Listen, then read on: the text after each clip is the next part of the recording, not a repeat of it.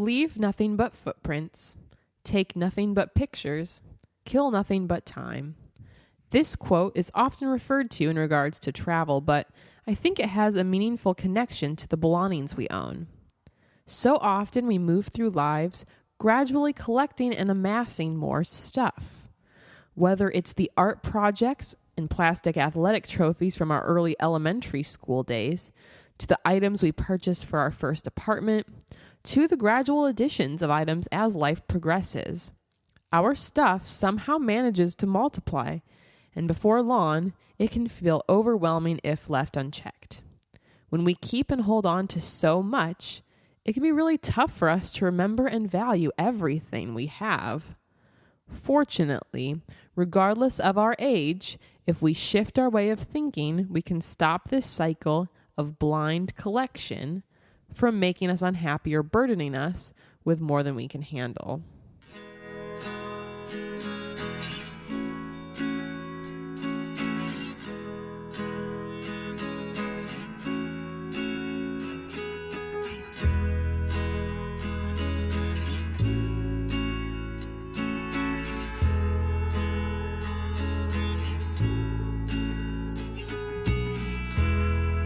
That we'd like to say good morning, good afternoon, or good evening at whatever time and place that you are joining us. You are listening to Jake and Sarah on the Abundantly Minimal podcast, where our mission is to help you create a life filled with abundance by living intentionally. We are continuing through the teenage episodes of our podcast with all the angst included. It is episode 14, Take Nothing But Pictures.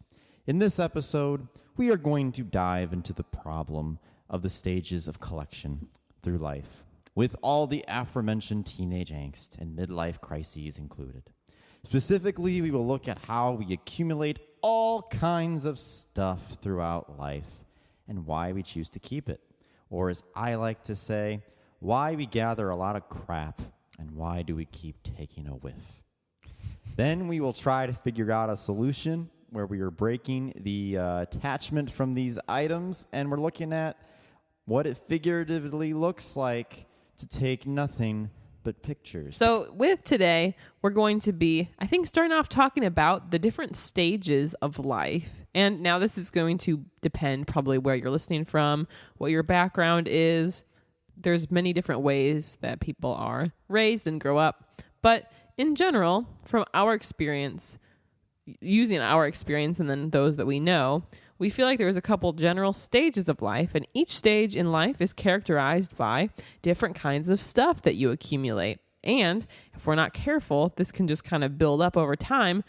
I have seen in general that it's tough to get rid of certain items when you're done with that phase, and even if you're moving on. And before long, you realize you've got stuff from all these different stages, but a lot of the stuff, once you move on to another stage, you don't really need it anymore.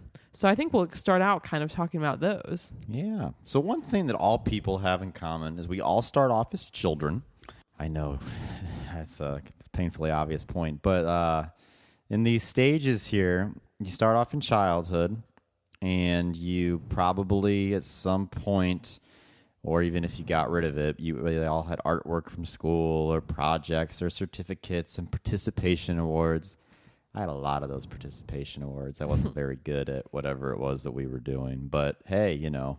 Well, and all the different toys from childhood too, whatever your favorite toys were. I know my sister and I were pretty into dolls, and so we had quite a few Barbies and other related toys. What about you, Jake? Yeah, we used the more masculine action figures. I say that with exaggeration because it doesn't matter. Dolls, action figures, whatever, they're all awesome. But no, action figures, teenage years. Well, when I wasn't feeling so angsty, I just love that word. I was not playing with Barbies, but cool if you do. Totally cool. I wasn't really playing with action figures either, except for like the beginning, because I would still play with my brother, and I still liked them. I mean, let's be honest here. Like those Legos? Yes. Kind of weird comment. But like the video games, and I mean, even still now, I have like a few video games, but it's a lot more calm than it used to be. Trading cards. I feel like, well, that was, I feel like, earlier childhood still, too. Yeah, that's what we're talking about. So, like those Pokemon cards or the Yu-Gi-Oh cards. I mean, but that still lasted in emerging adulthood for me a little bit. In college, you didn't know me at this time. This was like, I think, the year before we met. Now I'm nervous. No, well, you should be. But one of my roommates, my good friends and I, like, we both used to play like with the Yu-Gi-Oh when we were like in middle school or whatever. And so we just thought, hey, let's like go ahead and get what cards we have out and like duel, as it's called. Well, next thing we know, we get like half of our floor all hooked into Yu-Gi-Oh. People are going to Walmart and spending a bunch of money. This is the opposite of minimalism. Spending a bunch of money on cards. People are ordering cards online. People are having tournaments. Somebody cried. I wasn't there when the person cried when they lost because like it was really intense, I guess.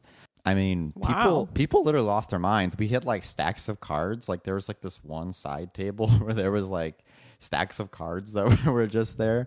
It was fun, but just I don't think I would go to that extreme. I guess I wasn't really going out and buying like all the cards though. I kind of just stuck with the many that I already You had. did a little bit later, though. I remember you ordered a few I cards ordered a when few, we were together. but it was intentional. It was intentional for building what I was trying to do to win. I wasn't just like splurging on like, not to defend my actions. I wasn't just splurging on like the random booster packs or just like buying huge tins or anything of that nature. So even then, I was kind of minimalist. I was kind of intentional.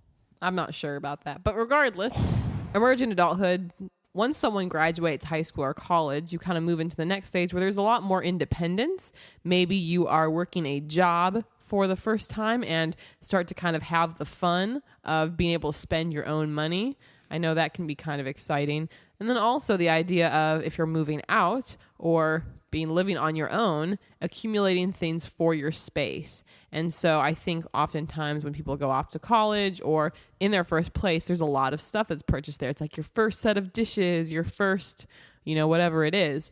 And this starts to build a lot of the basic home good kind of things, decorations for some people. And then you just bring like as much as you can from your house. Actually, no, you don't. You kind of do. At least I did, because I like brought like all the clothes that I had, and that's when I realized, wow, I have a lot of clothes. This should be dealt with. And then I kind of did for the next couple of years, but not really. It's actually a point where you kind of realize, though, because you don't actually move all of. At least I didn't. I don't know. I guess I'm assuming you didn't either. But you don't move everything that you have like in your room from home, like to college. And I do remember, like, even though I didn't act on it then, I kind of had this thought, like, man. Like, I didn't recognize it for what it was then. It's like, I feel free in terms of, like, all this stuff that I had at home I don't have here, and I don't miss it. I don't need it. And, of course, though, I would go back home, and if you asked me to get rid of any of it at the time, I would have said, you're crazy. I'm not doing it. I don't know. That would be something I'd want to see if people, like, whether they, like, went to college or, like, maybe they just moved into, like, an apartment on their own after high school, but they didn't take all their stuff with them from their parents or their guardians. I'd kind of like to know, like, did anyone else feel that? Like, you're separated from all of your stuff. You only had what you, I guess, needed, and then a little bit of some. But I don't know. It's kind of an interesting experience. Well, and I think part of when we're looking at the stuff that collects eventually in life, this maybe comes later on, but eventually you do move all of that stuff. Well, maybe you move all of that stuff out from your parents' house. Like, I know you've done that pretty much now. I still have a few things at home, like furniture-wise.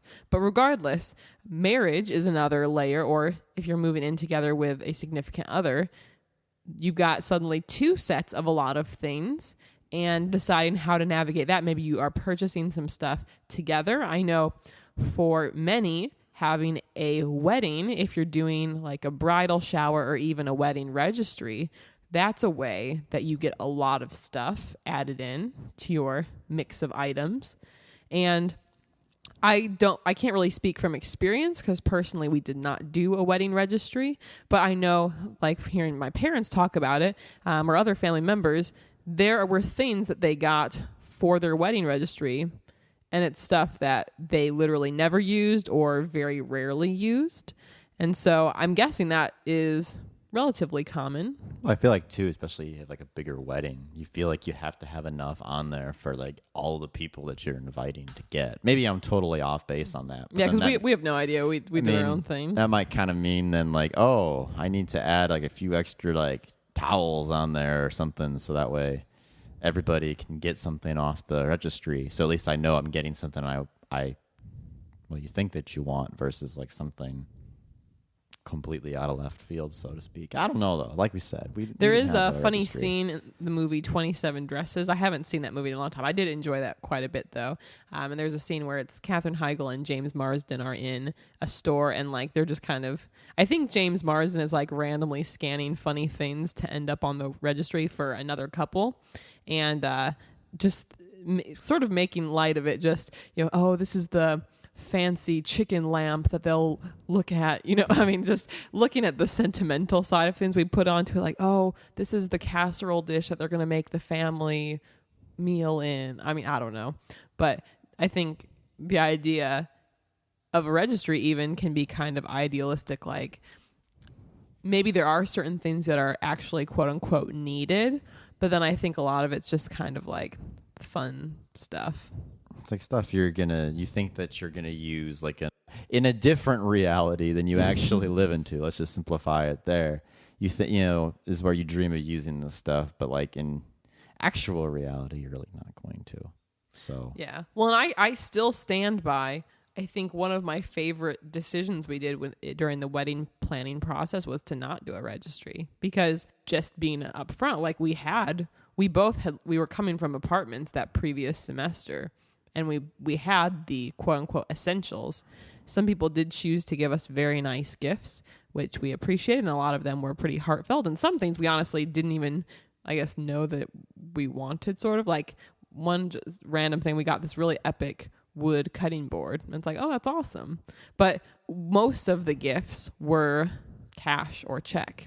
And from a very minimalist, practical perspective, that was really nice, because honestly, we actually just finished, I think, using up that money. Like, we've been using it for rent and all of our bills for like 3 years, pretty much. Yeah. So that was really awesome. Like, so some of the items we might have gotten could have even been broken by now. Like, if it's certain gadgets and things, some items aren't meant to last. And we paid pretty much all of our bills for 3 years using our wedding gift. So if there's any of you listening who went to our wedding and gave us any gifts, really, we're very appreciative. But we used the money well, we promise. I mean, the only thing I remember that like we didn't have, like between the two of us, like something that, and granted, I mean, there's more stuff we have that I don't really register because Sarah is the master chef in this household, but like a colander. It was like the only thing I think we didn't. Isn't it a colander? Colander? I don't know. You can edit that out. The only thing that we didn't have was a colander. So we bought one. It was great. Unless, did you have one? You had like a literally little one. I had a little baby like. green Okay, so one. we did have one, but like I eat massive amounts of pasta has been established. So like I needed a larger. I desired a larger size, and I think we've used that larger colander to its full potential. And we got rid of the small one then too, because you only need one colander. Only one colander, so and we like hearty helpings. But anyway, moving on. The next phase in life for many could be adulthood with children. All right. I'm excited about it one day. I know, but you don't fake cry. Well, I'm trying to embrace how other people might feel. I'm trying to channel that. Well, regardless, we don't have experience yet in this phase, but from what we are aware of, having children and adding children into the mix of life also increases the amount of possessions dramatically. It kind of, for them, repeats the cycles we've already talked about. And so then you're starting to collect their artwork, their projects, their participation awards, their toys, and that builds up really quickly. Yeah, you just kind of like start all over again. You finally got yourself figured out, perhaps. And then voila, now you've got like all these little people coming in, like with, as they grow into slightly larger and larger, taller people. And all their collections slightly get bigger. Well, I mean, not slightly, just bigger and bigger and bigger. And it's like, I can't win. And then at whatever the point is where you maybe switch over, maybe you retire, maybe you'd be more classified as more elderly. But at some point, you've got to kind of decide then moving forward. I know many do decide to downsize. Many others, have different goals about what retirement looks like.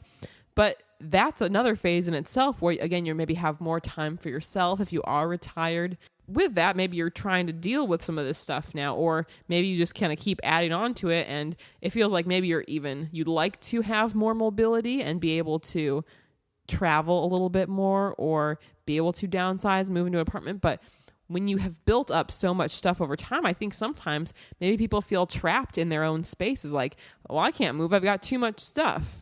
When we look at these stages of collection, it's pretty alarming how quickly the stuff can accumulate. And we ourselves only really made it to the adulthood marriage phase when we realized, oh my gosh, we have way too much. This is out of hand. We can't even fit this in our apartment here. We don't have kids yet. Like, we realized we needed to work on ourselves and take care of this issue. You ever think it's interesting? Like, it seems like it's a common goal to downsize when you're reaching retirement age. Well, like, why don't people just, why don't we just do that before that point? Like, why does it, like, it has to be way off in the future, like, when we can actually downsize and live, like, a calmer lifestyle with all this stuff? I just think that's kind of interesting.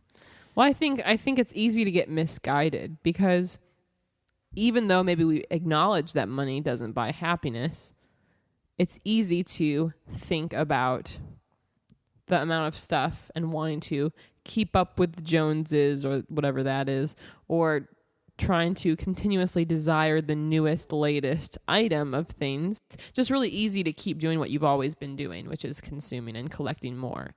So I think that's maybe one of the issues here. Mm-hmm. So kind of going into or continuing that line of thought, why do we hold on to all of these items? Or so to speak, why do we keep taking a whiff of that crap? That's really, I don't know. I don't know if I stand by that line. Well, in any case, though, however you want to say it, I feel like, we've kind of said this before, but, at the sake of being a broken record, I'll say it again. We hold on to stuff, at least from my personal experience, and I think Sarah can attest to this. We associate memories with the items that we have. And so as a result, I know sometimes I feel pretty guilty about discarding something or donating something or selling it, because I feel like that is in a way like destroying the memory or devaluing it in some way. It's like really kind of silly, but it's something that in our culture, whether you notice it or not, is like encouraged, like that there has to be an item to remember anything. That's why gift shops freaking exist, because the whole idea, you need to have this t-shirt to remember the time that you were at Niagara Falls, or this sailor's hat that I had once. That actually was kind of cool, but I did part ways with that. The truth is that, and this is where that whole picture idea comes from. Having something in a picture, or I would even argue in some cases, not even having it physically there at all, but as long as you remember it, then it's great. If you don't remember it, then I kind of would argue, well, that wasn't really that great of a memory to be in your memory anyway, if you needed an item to remember it. That's my strange logic, I suppose. Anything that's super important to me, I can still tell you about it without a picture or without an item there. And I think, that's more valuable to me than the physical manifestation of said items. But one thing I would say, though, if you're like me in a way, or maybe just like, well, I still like to have stuff to remember things by, I'd imagine that there are several people out there who you've got a lot of items to symbolize the memory of one particular type of thing, whether it is like a certain event or a certain person. Or what I've found, if there is like something that I want to remember, you can easily, I said you could easily remember it without anything at all, but with that logic, you can remember it with one item versus like 10 items that signify that particular moment or that particular time. And oftentimes I found that you just have that one item that sometimes I feel like that makes that item mean even more than it meant when you had all 10 of those items, because that one item is like carrying the weight of like being that memory trigger, I suppose, if you want to call it that, bringing those positive feelings. And so you still get that feeling, you still get that reaction, but you've cut down your amount of items, by whatever time it is. I mean, at the end of the day, like you don't need 10 items to like remember a certain time period or like a certain trip, certain moment. And even if you feel like you do, I think that's where the shift can come in. One kind of middle ground area. I know Jake's not as big of a fan of this idea, but literally going back to the theme, take nothing but pictures, if you're scared or nervous that you're going to lose the memory if you get rid of the item, because I've been there before, it's like you kind of you still want to remember it and you're nervous maybe that you won't remember it. If you get rid of the item, then take a picture of it. Now, for me, if you have been following along on my YouTube channel, I did do a massive digital decluttering session since I have I had 24,000 photos on my computer, which is a little bit insane, but I've been working through that. But basically, if you take a picture of the item, especially if it's a larger item, you then have the memory preserved, at least digitally, for you to do what you wish and save it how you wish. But you've got the image of it there, so like the visual cue, without actually needing to hold on to the item anymore. Everyone can do it their own way. Maybe you do just start immediately taking pictures of everything, but I think it helps us really think about the meaning of these different items, and you can kind of decide and sense, okay, is this a true like visual reminder that I need, or is it something that I don't actually need to remember it? So I would say, looking at those souvenir items from a gift shop when you're traveling, I'm going to guess that those individual items, whether it is a refrigerator magnet or a mug or a t-shirt, I'm going to guess that you can probably remember the trip without that item and having that. However, if the item does have something with more sentimental value, maybe it's an item from one of your family members or loved ones. Maybe it's an item from your own particular childhood, like maybe a piece of art that you made when you were younger, and it's like this giant thing that you want to get rid of, but you still want to visually remember it. Maybe that's this case where doing the picture method helps. But I think that can be a great way to, if you're kind of looking for some middle ground here.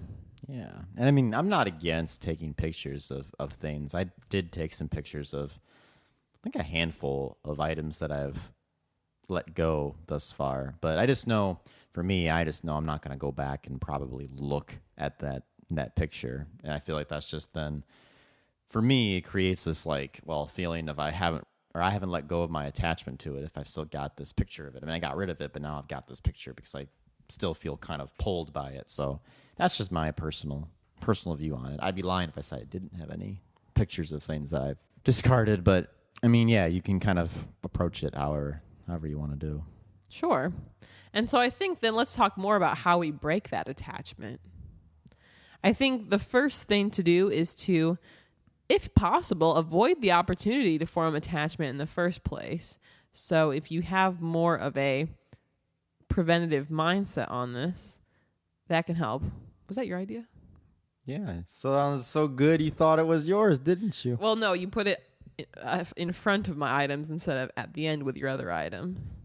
Oh, well, it just made sense at the beginning to me. Okay, well, explain that, Jake. Well, basically, it's just like anything. It's better to be proactive than reactive. It's better to be proactive as far as keeping yourself healthy so you don't develop sickness than to be reactive after you already have the disease is the ideal. So the easiest thing I found is that anything now that I bring into my life, I'm not going to form an attachment to it, or I'm not going to, get something that ultimately I know I'm going to not like having later and then grow attached to it. And then that gives me time then, if I'm not building any new attachments, to work on breaking the previous attachments that I established with all these items that I got before I went on this minimalist thing. And so it's easier to get rid of something if the attachment wasn't there in the first place, is what I found. Always, in my opinion, better to be proactive than reactive. For sure. I think getting rid of the stuff, no way. What? I think getting rid of the stuff, just starting to practice that, thinking about different phases of life and be like, okay, from this phase of life, what items do I still have from my childhood? And going through that and deciding, maybe that's a weekend project. Maybe that's not going to be just a really instant thing, but deciding with these different phases, okay, how much do I still need from this phase?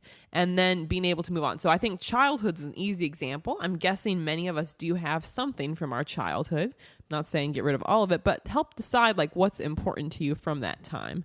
For me, I do have one of those big plastic tubs filled with my stuff from, there are still some things at my parents' house, but stuff from basically birth to, I'd say around like college age, like that significant like memory kind of stuff. And I also have all my photos in this one plastic tub.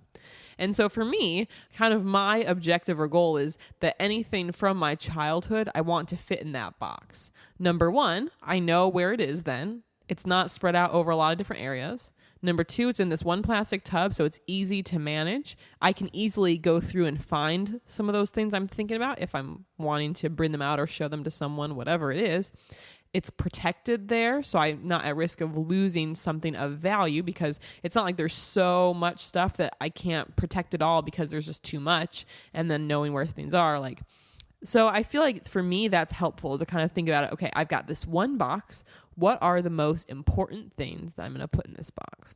And then when you're going through stuff, you realize that certain things are not as important. So, for example, when I was helping clean some of my old stuff out of my parents' house a while ago, there was a plastic tub that was filled with just one project from my high school career. It was actually pretty epic. We had done something, I think it was with Romeo and Juliet, and it was like a full-size drawing, like 3D kind of thing.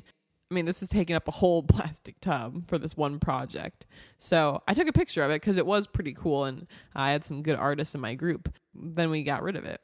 And that is just a way that, we reduce some of these items. Asking yourself also if these things that you're holding on to still actually matter. We might feel like they're supposed to matter, but maybe they don't. My best example with this has to do with thinking about, and my perspective is also coming from being a teacher in the school that I worked at. Oftentimes, you do get different certificates and awards. I know at the school that I was working at, every quarter there was an awards assembly with the middle school students, and there were often a lot of certificates given out. Now, I think these certificates can be incredibly meaningful when you are that age and receiving that certificate. It can be a huge honor because there's some really great awards that are given out and awards that mean a lot. But I do see how some kids get like 5 certificates each awards assembly, and they'll have maybe like good grades. They're a most improved student. They do a lot of sports. They're very involved. And I wonder, so let's say you get 15 certificates during the year. You multiply that by all the different years. Eventually, you've just got a whole big pile of certificates. I know I even get certificates from random things like doing certain online trainings for teaching or like things that don't actually really matter. And it's like, okay, I guess that's nice. But I feel like those kind of things add up, and maybe they have value to us at the time, but then like looking back 10 years, will they think, okay, I have multiply it by 3 years. I have like 45 certificates from middle school. Do I need all of these? That could be an area to look. And I know a certificate's not that big. It's just like a piece of paper. But I think that's important to think about because it can be a big honor. But if that value is no longer there, then I think it's fine to get rid of it. Now, an example where there is still value, I remember from high school track, there was a meet that we had where I got 2 medals, and they were actually like medals for place. And I don't even think they were like first place. I was never like the fastest athlete or anything, but those I've held on to. And honestly, those mean a lot to me because since I wasn't like the fastest athlete on the team or anything, it was uncommon for me to actually get those kind of awards. And it was just kind of really cool and unexpected. And I know that I worked really hard during the seasons And for me, like those are something I think I will hold on to just because I feel like, wow, that was just so cool that I actually ran fast enough to earn something like that.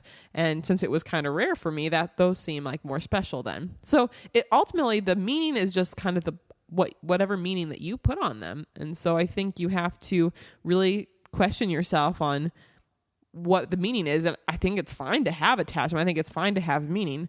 But if we keep everything and attach meaning to everything, then does that mean we actually really value any of them if we're not able to separate, oh, this is most important to me, this is not as important, Yeah, I think one thing with all those certificates, and I don't remember if we talked about this on a previous episode, but because a lot of those certificates, particularly I feel like the ones in high school, which are a little bit tougher to get than those like participatory ones you get in elementary school. I scanned personally a lot of that stuff and then just threw away all the physical copies. So You mean recycle? Recycled. When I say throw away, please know it's interchangeable with recycled if it can be recycled. I would not just throw it away. But I've got all the ones that were important to me digitally now. And so if I do feel the need to go back down memory lane or show off to my kids when they tell me that, hey, you're an idiot, Dad. Well, I guess what, son or daughter? I kind of smart. Kind of stress on that word. That's the real reason. Yeah, it's just to, just that way not everybody thinks I'm a complete dummy. So I find some of that stuff still kind of valuable. Or I just not even kind of. I do find it valuable, at least for now. Maybe in 10 years I'll delete it all because I don't need it anymore and I need memory on my computer like Sarah does. But I'm working on it. That's another alternative to do in those kind of situations with the paper clutter in your life. What I found with this whole minimalism thing is that when you start breaking attachment with some items, inevitably it seems like you start unintentionally breaking attachment with more items that you thought that you would never get rid of. And the cycle just kind of, minimalism takes care of itself almost. Once you start getting into that mindset, it really doesn't matter what the item is anymore. I mean, I've gotten rid of so much stuff that I thought I would never part with. And I got rid of it. It wasn't too terrible to get rid of it. It wasn't too terrible to donate it or mail it off to sell or whatever it might be. And, even now, I'm fine. It's not there anymore, but I'm fine. And if anything, I'm growing a little bit more happy in relationship to possessions because there's not as much that's there to pull me anymore or clutter up my mind or pressure me. And it also helps that, we're going to be moving in a couple months and I'm not going to have to carry as much stuff and transport it to and from living spaces. So it's just getting started with breaking the attachment, even breaking it with just one thing. Inevitably, you start, breaking it with more. For me, I almost feel like it's kind of like an addiction. Where before I wanted to get more stuff, now I want to get rid of more stuff. It's very freeing. And one other thing I think with the attachment thing that I have found, and I don't know if you found it, Sarah, is sometimes it's kind of tough to get rid of certain materials or certain possessions because of the monetary value. I mentioned that one of the ways that I dispose of stuff is through selling it on Amazon or eBay mostly. And I will admit it gets pretty tough to get rid of some items when you look on there and you see that it's, worth, I'm not talking thousands of dollars or anything, but worth a decent $20 or more. Yeah, or even those high, 50 to 100 range or something. Maybe rarely you get up to $100. Most of our stuff is not worth that's why I say rarely. Just because somebody else views your item, and I'm just using a random number, just views it as $100 or views it as even $50, doesn't mean that it has to be worth even $1 to you. Items are going to be worth different to different people, and I think that we get so obsessed with this idea. Well, I should keep this because it's worth a lot. Well, who's it? Or I paid a lot for it. Or I paid a lot for it. who's it actually worth something to? I mean, if you can sell it, I mean, anything that's worth a lot to other people, I will admit, I try to sell it so I can make a little bit of profit off of it. But there are certain things that technically, yeah, are worth money. And yes, if you added them up together and people bought them, I'm technically losing out on money that I'm just donating to Goodwill or just giving to Salvation Army or whatever it might be. But I think you just kind of have to pick and choose your battles in that regard. And I know I'm still not perfect with it, but trying to get to the point where, you know what, it may be worth a lot to others, but if it's not giving me any value anymore, it did maybe in the past, but if it doesn't now, there's no sense in holding on to it, because then you get into the whole situation that Sarah brought up in the first place, where you're accumulating all kinds of stuff from your past stages of life. Just to jump on that, I think a great way to also illustrate this point is to think of the opposite. I'm guessing you have something in your life that was incredibly cheap. Maybe it was even free, or you bought something used and it has added immense value. I don't know about you guys. Does anyone have maybe a shirt or something that they got free at some event, or bought used, or some sort of piece of clothing or anything, and you love it and you always wear it and it's so comfy? I'm guessing many people have things in their life that weren't really expensive, that they got for very affordably and just love. That's the reverse of the situation. So just because you spend a lot of money on something doesn't mean that you're going to automatically love it or need to hold on to it. I mean, just think about really what you actually love or enjoy. Yeah, I mean, just because it's cheap monetarily doesn't make it worthless. Or it doesn't make you a fool for holding on to it if you truly get value out of it. I definitely agree there. Finally, then, how do we live in the best way we can without these items? And what does to quote the title of this, take nothing but pictures, mindset or lifestyle look like? I think it's important when we're talking about minimalism. I know a lot of people focus on the decluttering side of things, because obviously whatever's in your space, trying to minimalize that, keep that more simple. But I think what's also so important, it's not just, I kind of see the decluttering almost as you're looking back into the past purchases you've done, past actions, and then, recovering from that, removing some of the excess. I think the future, though, we have to look towards the future and how we live our lives going forward as so incredibly important. Even if the decluttering message of minimalism is not what you're looking for, if you can shift your focus to the future and just have a more minimalist approach going forward, you'll save yourself, especially that's where you can save yourself the most money, but also you can just prevent future clutter and, havoc on your home, etc. But how does this lifestyle look like? It's not just stuff centered. I think if we start to look more and focusing not on items to help us remember things, but actually the memories themselves, I think there's a few really positive changes that happen. We may start to live more in the moment. We hear that often, live in the moment, savor the moment, but it's easy to not do that. It's easy for our attention to be diverted elsewhere. I even see this, with technology sometimes. It's very easy to be not giving our undivided attention to certain moments. And I get it. If you're in a waiting room at a doctor's office, yeah, you probably don't need to be giving your undivided attention to everyone else in that room. But if there are really precious moments in life with family members, with friends, situations that give us value, just try out giving your undivided attention, almost indulge in that. Indulge in the moment. Take in the senses, take in your surroundings, really smell the roses kind of a mindset. And if you make the most of the now, your memories will be more rich. If you're cherishing your days, that just enriches your life, and you're focusing on the happiness of the time and the moments themselves rather than needing a token to remember that moment.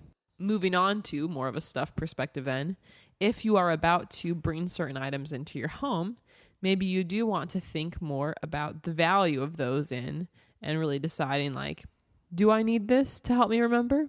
Maybe that applies on travel, for instance. If you're thinking about souvenir shop, when you walk into that gift shop, taking a scan around is is any of this actually needed to help me remember this trip? Do I actually need any of this? So that maybe is a way to shift your thinking. And if you can, think about ways you can reduce the number of items coming into your life at various points. The example we've already talked about, if you're getting married, maybe decide if the bridal shower or the wedding registry is necessary. Could there be alternatives of what you could do to reduce that? And that's just a way to prevent all of that from, being purchased or from bringing those items into your life. And then finally, give yourself permission to go through the items that you have and get rid of things from previous stages in life if you're not using them. So obviously, if let's go back to that certificate example, if your kid brings home some certificate or award from school, that's not the time to say, you parent as you wish, but that's probably not the time to say, that's great, you won this, but let's not bring it into the house. Let's just, we're going to just recycle this right now. That can be a little tough, especially if they're proud of it for that time. But let's say, fast forward 10 years and you're going through a box of stuff and like, hey, son or daughter, I was going through some of your middle school stuff. Do you still want to hold on to these items? Like, what are your things that are your favorites here? Going through some of those older items when you're out of that phase, I think is important. That can help shift our way of holding on to items. And if we think, okay, I'm in the next stage of life now, looking back, do I need this stuff anymore? It's not serving me, so I'm going to get rid of it. I'm going to find an alternative use for it. And that can be really liberating. Yeah, I think minimalism, a lot of people, I feel like, think that it's sort of like a final destination where you reach it and you're done and that's it. But truly, you're constantly reevaluating all the time. And especially as you're going through all these stages of life, and I know for us, the ones that we've been through and then the ones that we haven't been through yet, it's always going to be needing to reevaluate what it is that we have, what it is that we actually need, what is it that we want to have that actually brings value versus what doesn't. So I think I really agree with the points you're making there, for sure. So I think that about wraps it up for today. Once again, going back to that mindset of trying to take nothing but pictures and thinking about the items that we bring into our lives at different phases and maybe how we can prevent some of that from controlling us. We hope that this episode added some value to your life. We are doing a little promotion throughout the month of June, where if you do leave a review for this podcast on iTunes, then we will be donating $10 to a charity of your choice, or if there's not one specified, then a generic charity that we think is doing really great work. But we do really appreciate having you as part of our community here. You can definitely check out more details for the show notes page on abundantlyminimal.com. And if it adds value to you, we also have other links such as our YouTube channel and other social media sites. So we hope you have a wonderful week. We'll see you next time. Bye.